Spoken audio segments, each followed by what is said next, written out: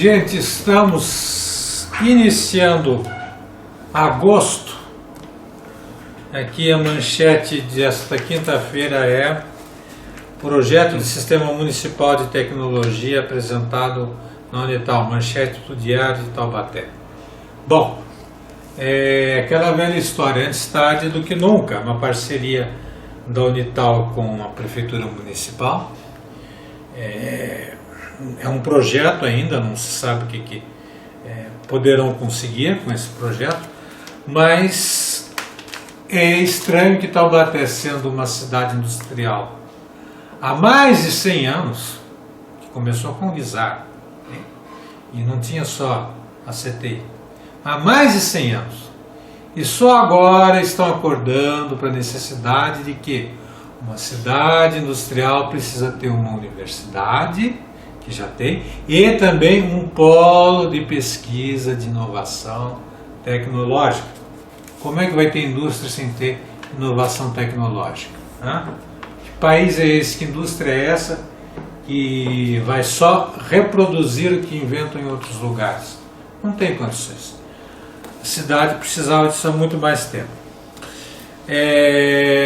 Outra notícia, com a presença de Alckmin, Novelles anuncia expansão. Quando eu falo para vocês lerem os jornais da cidade, é uma notícia do Diário Taubaté de ontem, eu falo, leiam criticamente, tomem a sua posição, porque o jornal cumpre o papel dele de passar a informação.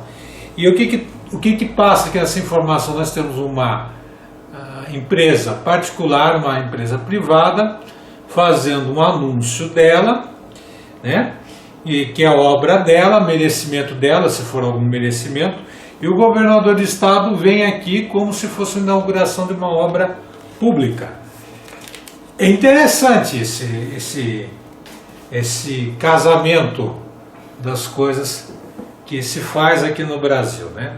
Muito curioso, mas vamos comentar disso mais pormenorizadamente outro dia. Eu não sei se vocês se lembram, há alguns anos atrás, um partido político aí fez uma propaganda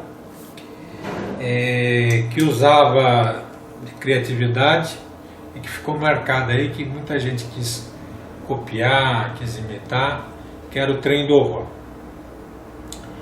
Eu corto meu pescoço e não digo de quem foi a ideia e quem fez a propaganda. Eu estou aqui com o Márcio Vaccari, o grande cineasta, grande publicitário, grande rebelde também.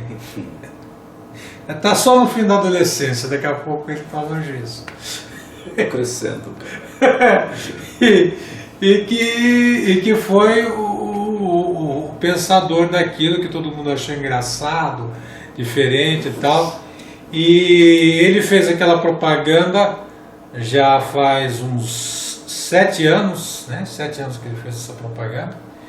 E ele só a fez por um motivo, que ele podia criar, fazer a coisa diferente, ele não queria ser padronizado, ser enquadrado pelo resto da mídia eleitoral, ele queria fazer uma coisa que as pessoas vissem e se lembrassem.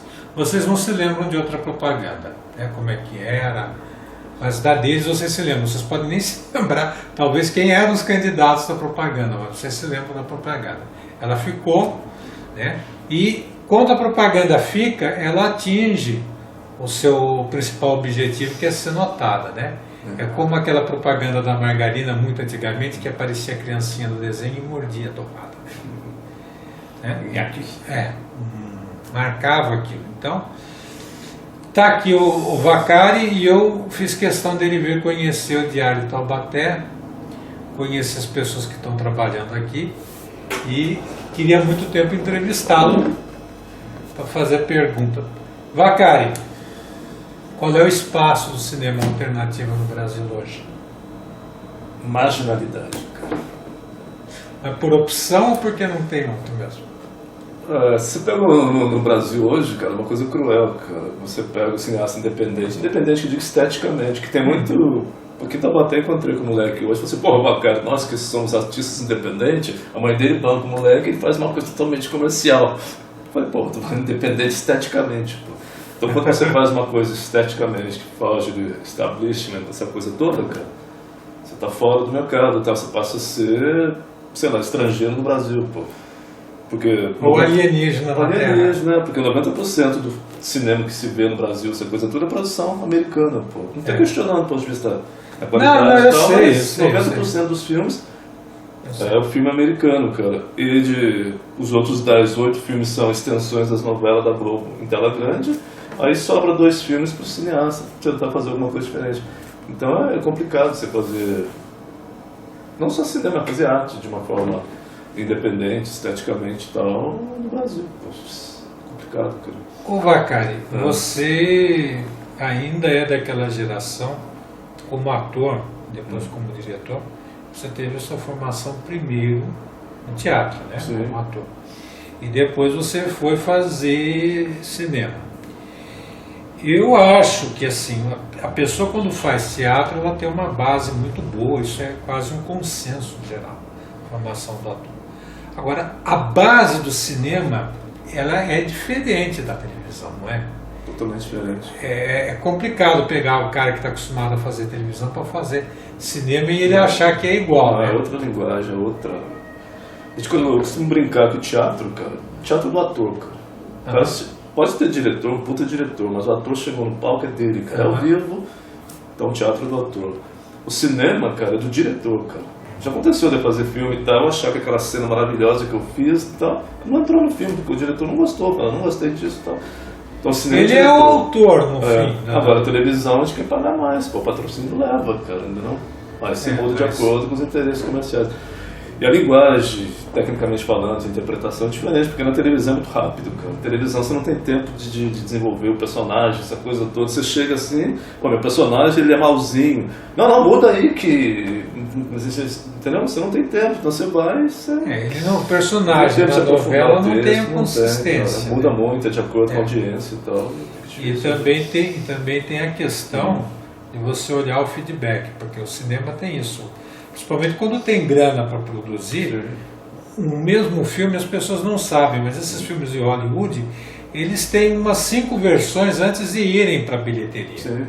Porque os caras eles filmam e vão ver como é que ficou o resultado. Aquele De Volta para o Futuro, com um ator canadense, Michael J. Fox, que andava doente aí com uma doença complicada. Esse filme foi primeiro feito com outro ator, que era um ator muito bom, fisicamente parecido com o Michael J. Fox, e eles revelaram, porque é tudo em película, era película, principalmente naquela época, tudo, né, 100%, revelaram aquilo e foram olhar o resultado das piadas. E eles disseram assim, mas não ficaram engraçados. O cara é um grande ator, mas não é engraçado. E aí o que eles fizeram? Eles refilmaram tudo com Michael J. Fox. Aproveitaram poucas tomadas porque tiveram que fazer tudo de novo. Né? E o cinema é assim. Se você for colecionar também o arquivo do Chaplin, tem um monte de cenas apagadas que ele fez, refez e depois não incluiu. E na televisão não tem nada disso. A televisão deu certo, acabou. Não vamos tentar outra coisa, né? Bem por aí, mano. Não tem isso vários ângulos, né? E fora o fato de que o tempo para você fazer um filme é bem maior. Você tem tempo para construir personagem, elaborar, entendeu? Bem maior fora quer dizer, não só a atividade que você faz diante da câmera, você pode inclusive ensaiar no cinema, né? Não é costume, mas você pode ensaiar bastante. Né? Eu ensaio muito no cinema também. No cinema novo, por exemplo, nos anos 60, começo dos 70, Glauber e outros cineastas, eles ensaiavam muito, porque primeiro que era película, era caro demais, pô.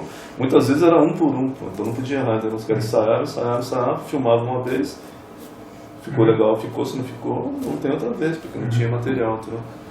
Mas agora a televisão, esse advento agora do digital, essa coisa toda, isso facilitou pra caramba, entendeu? Você pode filmar, refilmar essa coisa toda e tal. Nessa câmera que grava na própria HD, não tem nem fita, pô, entendeu? Que isso facilita pra caramba, entendeu? Mas só que na televisão você não tem tempo pra... Mas vamos voltar à independência estética, que é o seu assunto favorito.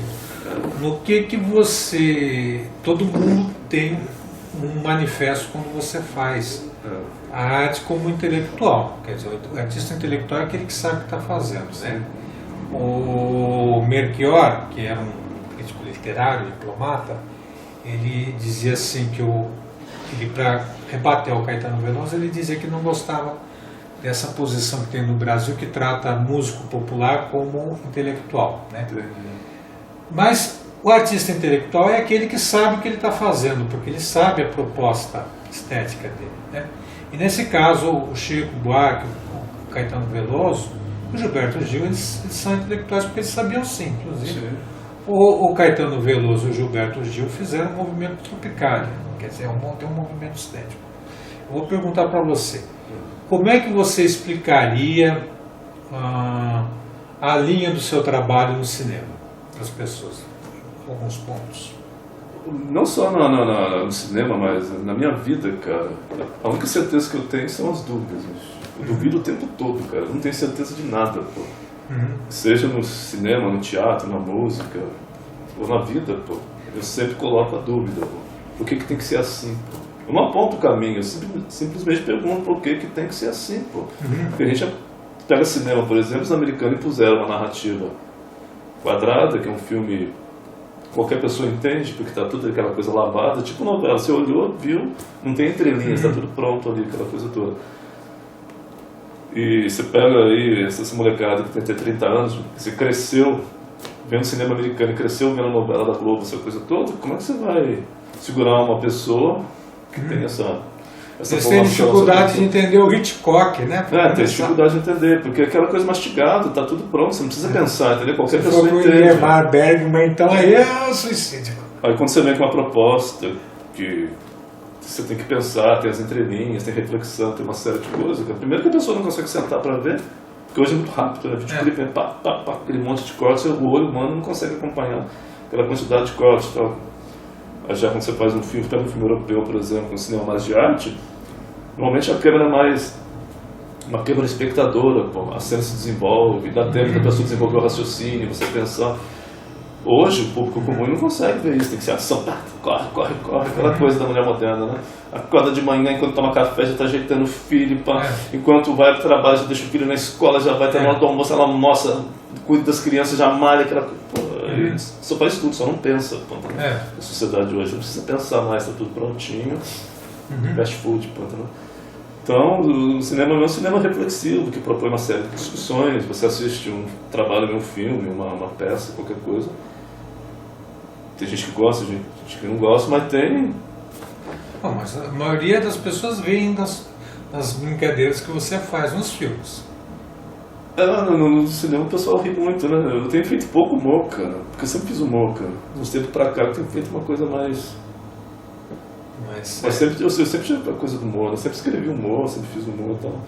Televisão, quando eu fiz, sempre fiz como puxando pro humor, essa coisa toda, né? Mas por trás desse que eu falo que no humor meu, por exemplo, lá, você pega o Trem do Horror, por exemplo, que as pessoas riam e tal. Mas não era aquele riso bobo, cara. Quando a gente fez o Trem do Horror, que a gente não tinha grana, não tinha nada, a gente gravou com o celular e tal, para poder causar um impacto, essa coisa toda. E que era a intenção? Queria atingir todos os públicos, pô. Primeiro você faz uma coisa aparentemente tosca, porque a molecada hoje tem acesso a um monte de ferramenta, faz uma coisa aparentemente sofisticada, mas parece exército, uniforme, tudo igualzinho, né? É a mesma coisinha. Aí você vê que uma coisa aparentemente tosca, você chama a atenção dessa molecada de internet, que acha horroroso aquilo. Aí vem uma pessoa no nível cultural, intelectual melhor, o cara se identifica, o que o cara está falando, é interessante o que ele está falando. Aí o cara se identifica com aquilo, começa a repercutir aquela coisa, e vem o público comum, o dono de casa tal, não entendeu nada, mas dá risada dos gritos e tal. Mas você provoca a discussão, entendeu? Você não passa batido. Eu tô com um problema de memória. Mídia é grande mentira? Mídia é grande mentira fala disso, cara. Quem que trabalhou nesse? Esse é um curta, bem curta seu. Quem que trabalhou? O mídia tem 4 minutos, 3 minutos e 40 por ano. Tem umas mulheres belíssimas ali. Tem muita gente. Tem o Oswaldo Macedo, que é aqui do jornal. Ele fez a fotografia do mídia.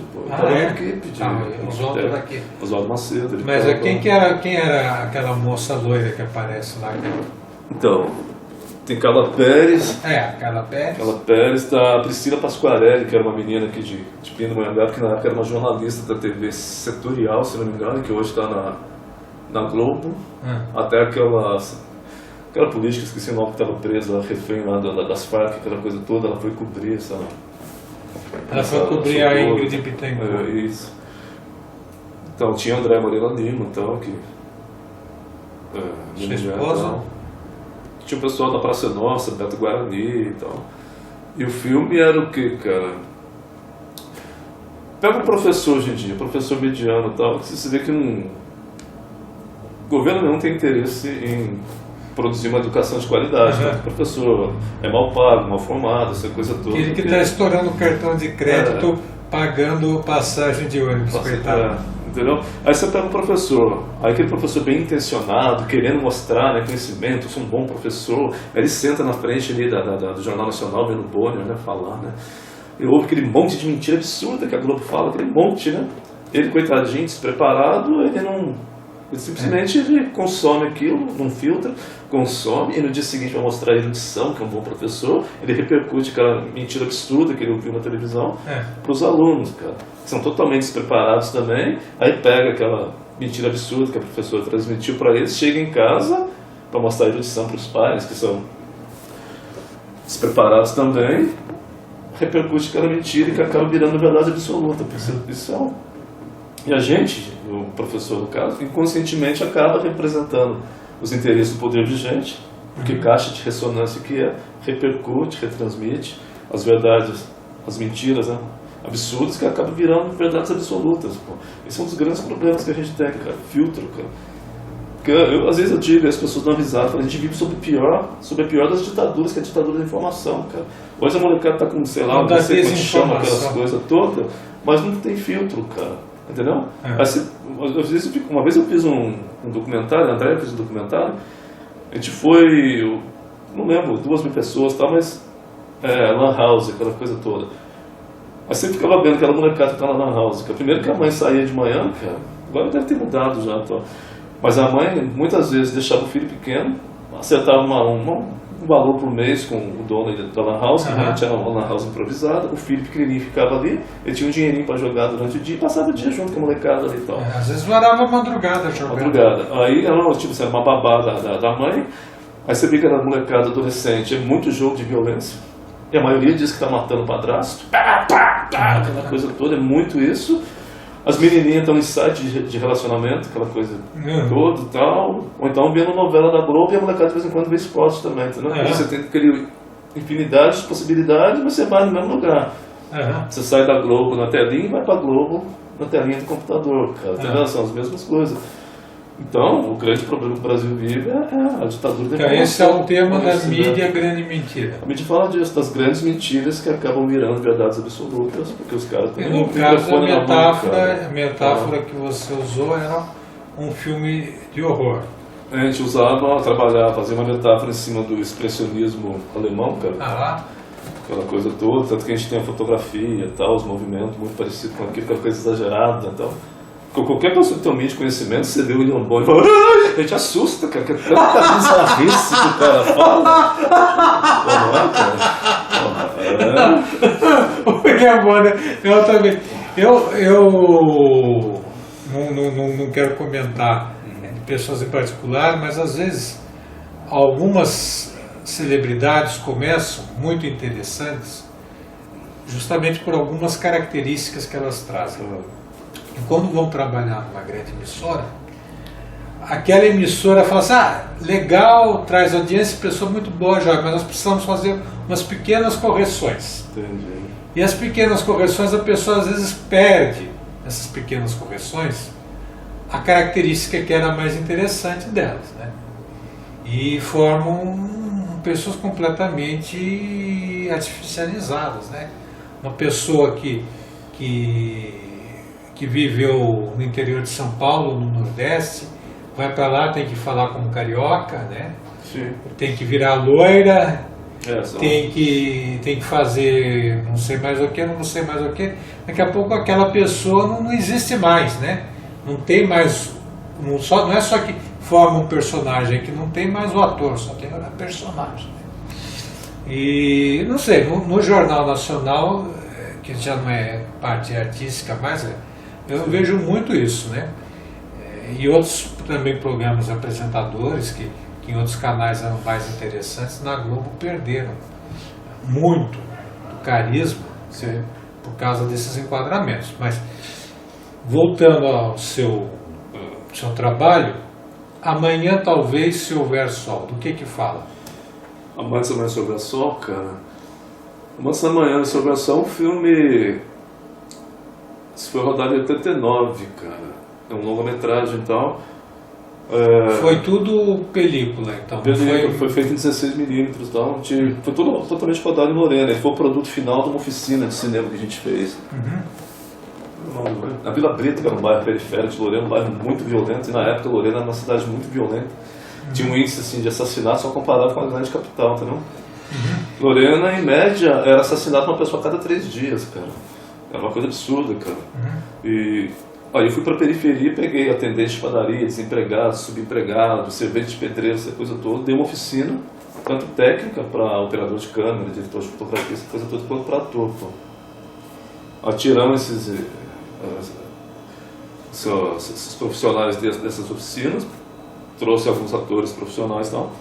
Fizemos um filme, cara. O filme, cara, seria um pré-malhação, cara. Uma crítica à malhação, que é aquela geração vazia, que é sem conteúdo, essa coisa toda, cara. E falava nas entrelinhas das consequências que na época tinha uma peste gay, cara. Não era nem AIDS ainda, cara. Aquela coisa toda, cara. Todo o preconceito que tinha. Dos efeitos de uma doença como a AIDS numa cidadezinha pequena, que nunca batia. Entendeu? Disso daí para... Eu não vi esse filme, eu só vi um trecho dele. Só tem um pedacinho lá, a única imagem que a gente tem, cara.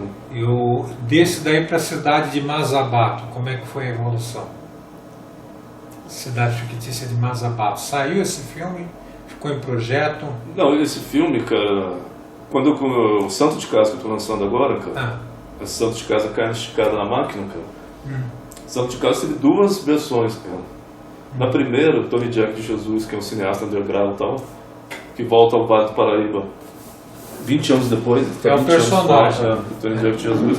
Ele está nascido no Vale, mas está 20 anos fora. Então está acontecendo um evento no Vale do Paraíba chamado Vale Poético. E o Tony Jack volta para o Vale do Paraíba para lançar um livro chamado Os Bastidores dos Filmes que eu não fiz, cara.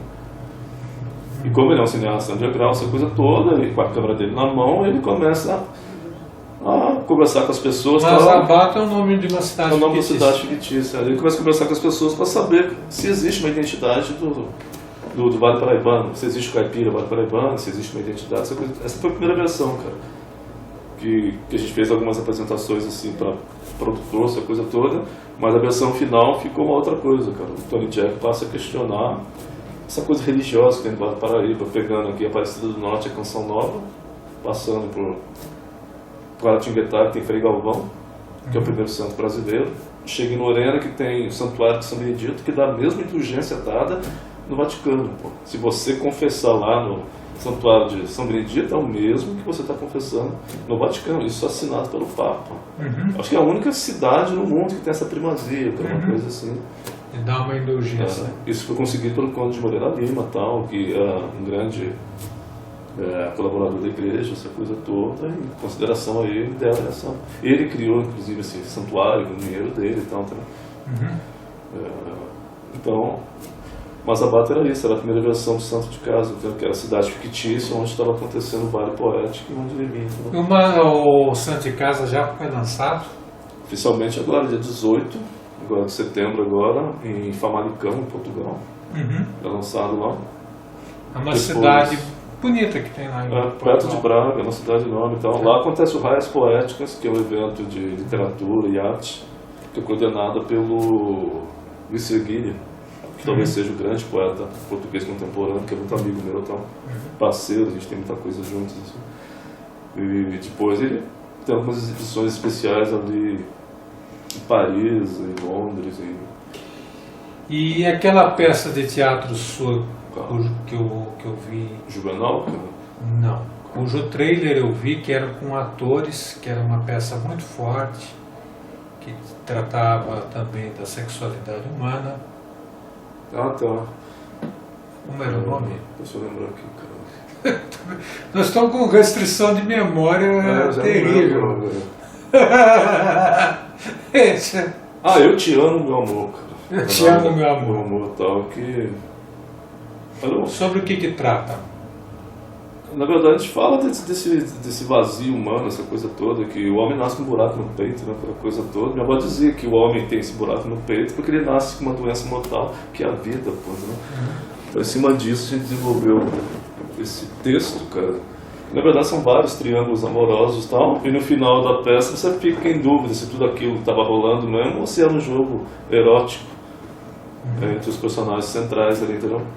Porque sempre a menina sai e o cara chama um amante, alguma coisa toda, não? Aí você começa a ver, mas aquela amante é a menina, que é a mulher dele, cara. Quer dizer que era todo um jogo entre eles, não existia nada daquilo. Então, e é uma peça bem existencialista. Tal. Até quando eu fiz essa peça, tal, parte da imprensa começou a chamar o meu trabalho de existencialismo politizado vacariano, a partir dessa peça que a gente fez, porque falava desse buraco no peito que a gente tem, que não tem fundo. Você está falando aí, eu estou lembrando de outras tentativas que aconteceram nesses últimos anos, inclusive nos Estados Unidos, de fazer produções mais divergentes do mainstream, pelo menos na maneira de questionar. Uma produção interessante, que é uma comédia romântica e drama ao mesmo tempo, nada convencional, que era o Big Love, que foi traduzido no Brasil como Amor Imenso, que foca uma família mormon, de uma seita mormon minoritária dentro dos mormons, que pratica poligamia. E a poligamia consentida. Quer dizer, são 3 mulheres que escolheram viver com o mesmo homem e tal. Sim. E que ele ali na casa dele, ele é o marido, é o pai e é o pastor da família. E o filho dele também é encarado como um sacerdote. E aquilo ali, quer dizer, esteticamente tem algumas coisas fora do que se faz normalmente, mas não é nada experimental, não chega a ser experimental. Mas aquilo causou muita controvérsia nos Estados Unidos. Como é que alguém tinha coragem, né, de criticar a monogamia, que é um valor tão assentado na sociedade norte-americana, e mostrar, por exemplo, como aquelas 3 mulheres resolviam os conflitos entre elas, não pacificamente, que elas quebravam o pau, batiam boca entre si, mas no fim das contas elas se acertavam e se entendiam mais entre si do que com o marido, né? E como é que às vezes elas se uniam e faziam o marido fazer o que elas queriam, e não ele mandar, porque a teoria era que ele era o marido, ele era o senhor e ele mandava, mas às vezes elas se uniam e faziam. E isso foi uma coisa assim que desconcertou a televisão nos Estados Unidos. Impressionante que eles tiveram que terminar a série matando o marido. Passou vários anos, mas eles tiveram de matar o marido e cada uma tomar seu rumo. Para ver se restabelecia um pouco a monogamia. Para você ver como é que os meios de comunicação têm uma dificuldade, às vezes, de trabalhar o pensamento, que não é que não tenha audiência, não tem um público interessado, até tem, mas também tem uma lógica que é da cúpula da indústria, que de repente não quer certas coisas, né? No Jornada nas Estrelas, o Gene Roddenberry uma vez foi chamado para uma reunião que eles diziam que tinham que mudar totalmente um episódio do Jornada nas Estrelas, em que era um robô, era como se fosse a metáfora do Pinóquio, um robô que queria ser humano, né? E tinha uma cena de beijo do robô com uma tripulante ali da espaçonave que era humana. E os diretores da emissora que terceirizava só explicaram. Nos Estados Unidos não é como no Brasil. As grandes emissoras, elas contratam produtoras de cinema para fazer os seriados para elas. Não são elas que produzem, não tem Projac. as grandes, né? Só para explicar isso para as pessoas. Entendi. E chamaram Gene Roddenberry dizendo o seguinte: essa ideia de um robô amando uma humana é completamente indecente. E ele perguntou, mas por quê?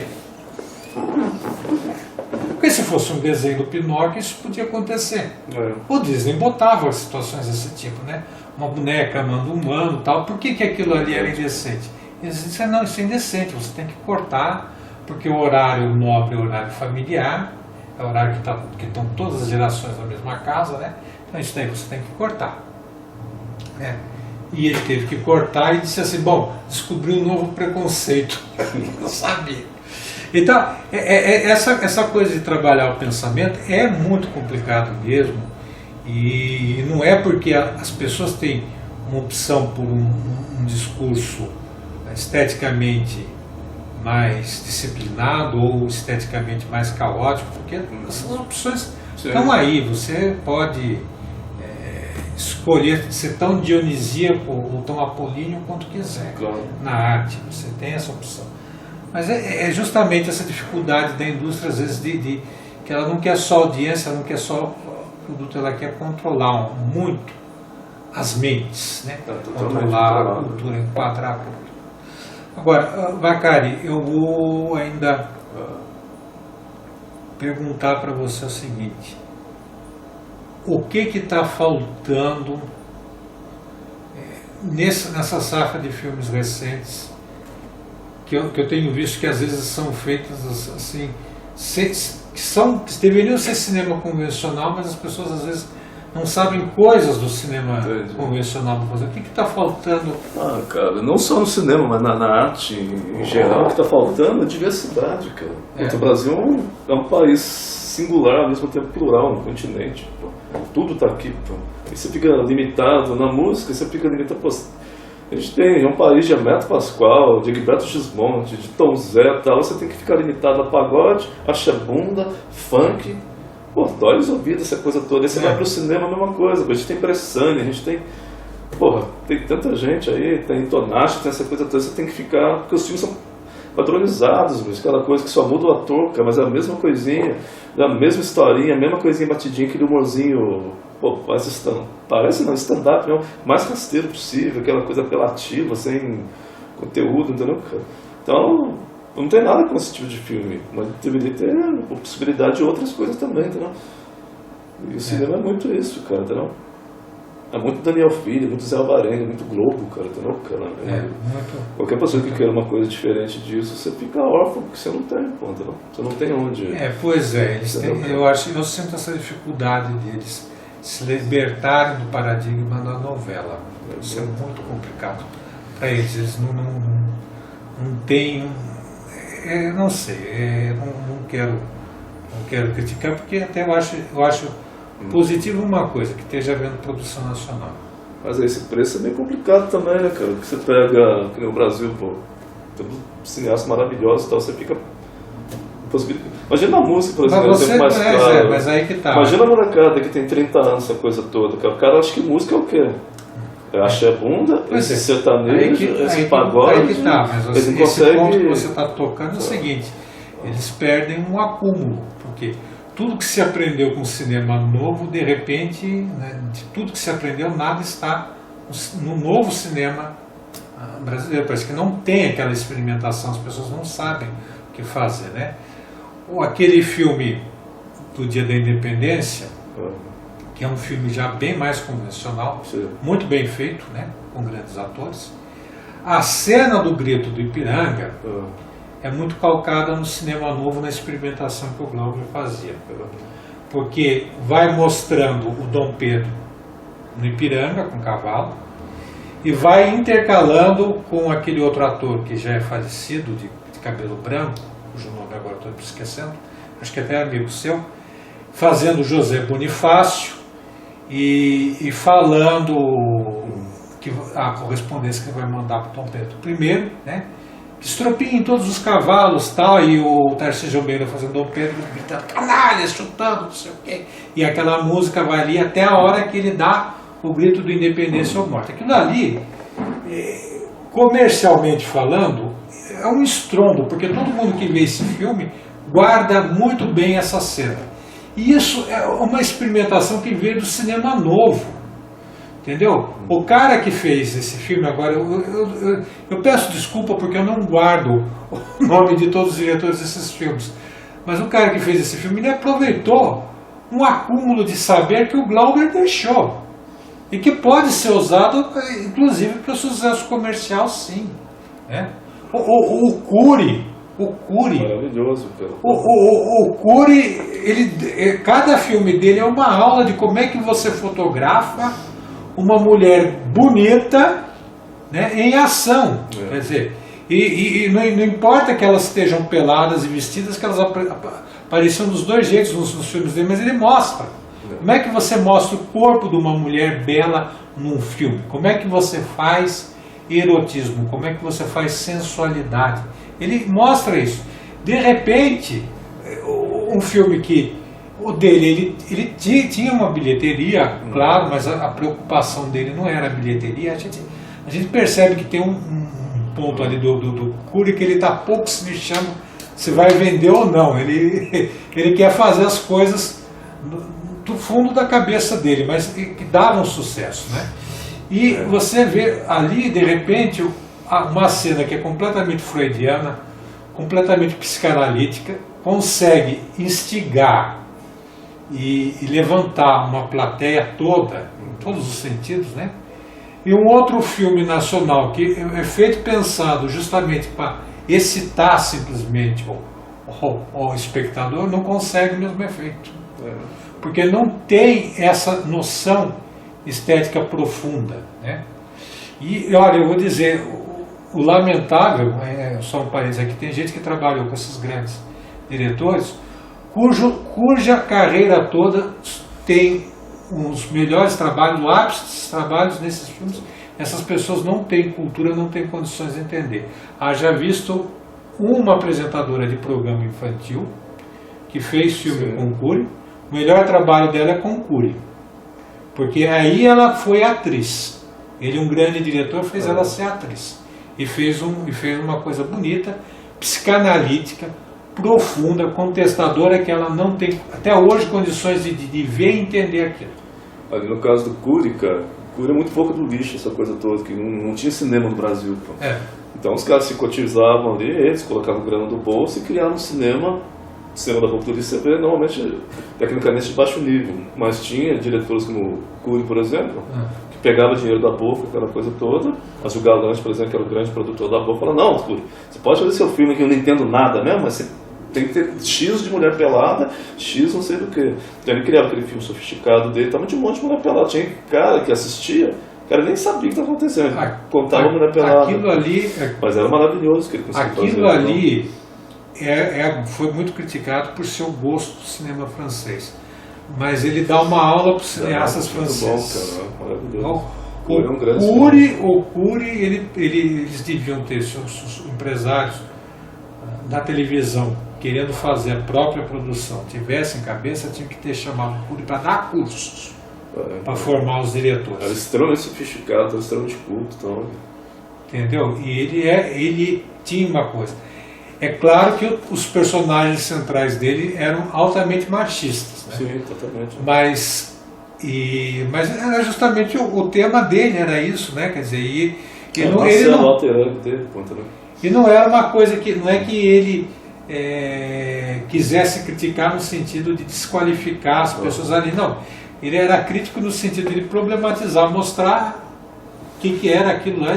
Do ponto de vista psicológico também, porque a realidade social não está ali exatamente. Quer dizer, as pessoas ali nos filmes do Cury não se comportam como são os costumes do Brasil, principalmente naquela época, naquele lugar. Totalmente. Mas era uma coisa totalmente psicanalítica, né? Quer dizer, a questão do incesto, como ele tirava o tabu do incesto e mostrava o incesto.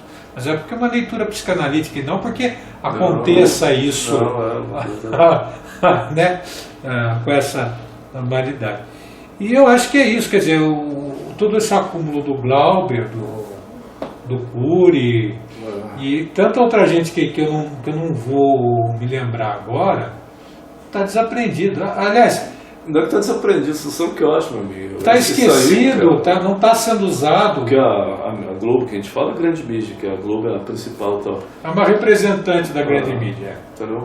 O grande problema, cara, é que existe uma dominação intelectual cruel, cara. É. Os americanos, por exemplo, se impuseram como a maior nação do mundo através do cinema, cara. Eles espargiu aquele cinema imbecilizante que eles produzem, imbecilizante pro monte de bicho que quem consome, cara. É sempre novo ter aquele monte de explosão, aquela coisa todo americanozinho lá, sem braço, com a metralhadora na mão, sabando o mundo dos malzinhos, termina o filme com a bandeira americana hasteada, e aquele monte de brasileiro achando que é americano, cara. Se emocionando com o McDonald's. Que raça superior, explode e não morre. A mesma coisa morre. sendo feita na Globo. A Globo, que é a nossa hegemônica, você pega domingo, por exemplo, você vê os programas que tem na televisão no domingo, cara. Pô, você pega um país musical no Brasil, você vê os programas de televisão que tem no final de semana e tal, o tipo de música que toca, porra, é uma coisa absurda, pô. Você pega nas novelas, tô dizendo tecnicamente que é bem feito, cara, mas fala assim, Não, das 9 tem a Tezuka Yamazaki. Entendeu, cara? A fotografia e os planos que ela usa são primorosos. E até o vilão. Mas eu falo conteúdo assim. Mas o conteúdo não existe. Entendeu, cara? Conteúdo não Aí existe. acontece o quê? A molecada vai pra rua, que é maravilhoso, o caos, essa coisa toda, mas vai pra rua dentro de um cercadinho, cara, entendeu? É que nem Chacrinha, aquela loucura do Chacrinha dentro daquele quadradinho da televisão, louco ali dentro, pô. Totalmente controlado, pô. Que nessa manifestação, essa molecada que tá na rua é maravilhoso e tal, mas dentro do cercadinho. Ninguém pula a cerquinha. Os que tentam pular levam porrada, que não pode, cara. Você tem que ficar aqui. Você não caminha, na brasileira não caminha, a gente entra em círculo, tem peru, a gente está preso dentro de um círculo. Imaginar que tem essa chamada, essa barreira condicionante que a mídia impõe, cara. Então a gente não. Nessa novela das 9, chamou minha atenção nesses últimos dias um trabalho. É Solano o nome dele? Matheus Solano. Matheus Solano, fazendo o vilão homossexual. Que tá engraçadíssimo. O que ele faz, o Valcir Carrasco, meu amigo, cara, o Valcir é aquilo, mas o Valcir Carrasco não tem aquelas ideias de. Tem, cara. Valcir é e o Valcir faz assim pra gente assim. Como eu tava te dizendo, porque novela dizem que é uma coisa menor. Você leu o livro que lhe dei. Como eu estava dizendo, porque novela não é uma coisa menor. Você leu! Eu fiz isso no teatro e falei, porra, bacana, até tu, cara. É sacanagem. Mas, claro, o que a gente vê na novela ali, você pode desligar o som e ficar apreciando as mulheres da novela. Tem muito que às vezes é o que eu faço quando não tenho outra coisa para ver. Eu faço isso. Eu vejo, desligo o som e fico vendo a Paloma de Oliveira, aquela moça ruiva, Mariana Rui Barbosa, eu fico vendo aquilo ali. Mas é raro, porque eu sou muito chato, porque eu vejo o Jornal da Band, o Jornal da Globo, o Jornal do SBT, o Jornal da Cultura, a CNN e a BBC. Eu vejo muito jornal. E às vezes da TV Sangue também. Aí eu gravo esses jornais e de vez em quando só que eu vejo a novela só para ver as mulheres que estão na novela e as cenas engraçadas. Mas eu acho que isso, mas não dá nem. Eu digo para você o seguinte, eu só sei uma coisa, que tem um cara que é bandido, que é gay, que tem hospital, que tem as mulheres bonitas. Eu não sei do que trata a novela. Eu acho que não importa, né? O que vai acontecer com as personagens, com os atores também não importa, desde que cheguem ao fim do mês com o seu olerite. Aliás, eles devem até estar perguntando a essas alturas, isso aqui vai ter fim, né? Como é que é, né? Mas sim, sabe. Em Santo de Casa tem bastante mulher bonita também, tem, né? Deixa eu ver quem tem. Tem Ana Tavares, tem Libac, tem Sandra Monicelli, tem Letícia Monicelli, tem André Moreira Lima, tem a Dani Penelope. Ele como é apaixonado pela Andréia e pela Clara Moreno, tem a Clara também. Ele também vai dizer que as mais bonitas são a Andréia, que é a esposa dele, e a Clara Moreno, que foi namorada dele, ou ainda é. Ele também tem o seu amor imenso ali, ele tem o seu harém. Tá vendo, cara? Gente, e nós vamos terminar por aqui, tá? Porque acho que nós já estamos aqui uns 50 minutos.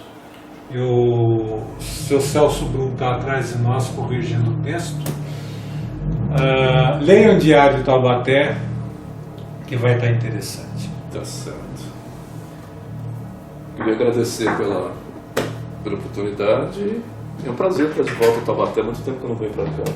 Gosto muito daqui.